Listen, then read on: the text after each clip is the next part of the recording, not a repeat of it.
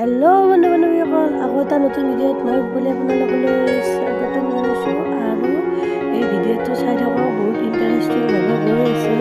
ভিডিঅ'টো আমি আজি আহিছোঁ গোৱালপাৰাৰ পৰা 21 কিলোমিটাৰ দূৰত পাগলাতে শিৱ মন্দিৰলৈ আৰু ব্ৰহ্মপুত্ৰ নদীৰ পাৰে পাৰে এই ৰাস্তাটো বিশ্বাস কৰক আপুনি যদি ইয়াত আহিব আৰু শুদ্ধ ভাষাত শ্ৰীনগৰ এই পাগলাতে শিৱ মন্দিৰটো গোৱালপাৰা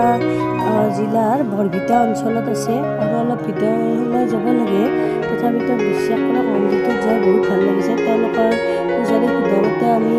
মন্দিৰটো নিজে প্ৰকট হৈছিল প্ৰকট হৈছিল বুলিয়ে কৈছিল আৰু বলকচোন ভিডিঅ'টো আগবঢ়াই লৈ যাওঁ আৰু যদি ভিডিঅ'টো চাই ভাল পালে তো চেনেলটো ছাবস্ক্ৰাইব কৰি দিব ভিডিঅ'টো লাইক কৰিব কমেণ্ট কৰিব আৰু শ্বেয়াৰ কৰি দিব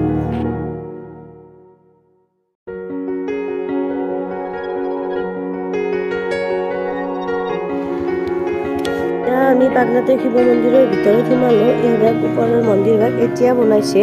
ভক্তৰ সঁহাৰিৰে বনোৱা বুলিয়ে কৈছে তো আৰু যদি ইয়াতে যদি বিয়া বাৰু পাতিব বিচাৰে বা হাড় গৰু ধান দিব বিচাৰে শিৱ বাবাৰ নামত দিব পাৰে আৰু তলত সেই প্ৰকট হোৱা মন্দিৰৰ ভাগটো আছে বলকচোন সেইফালে যাওঁ আৰু চাওঁ এয়া ব্ৰহ্মপুত্ৰৰ তলৰ সেই নদীখন যে দেখিছে এয়া ব্ৰহ্মপুত্ৰ নদী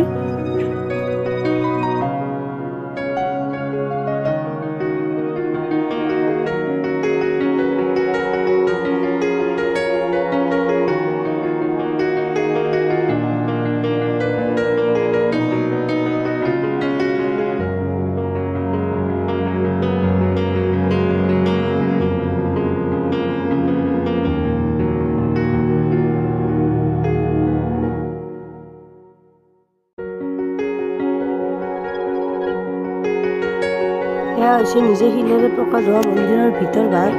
তো আন্ধাৰ বাবে ভালদৰে কেমেৰাত নাহে আৰু ভিতৰ ভাগটো পুনৰ শিলৰে তলিত আছে কিন্তু ফটো উঠাব নিদিয়ে তথাপিতো মই এইখিনিলৈ যিমানখিনি পাৰোঁ আপোনালোকক দেখুৱাইছোঁ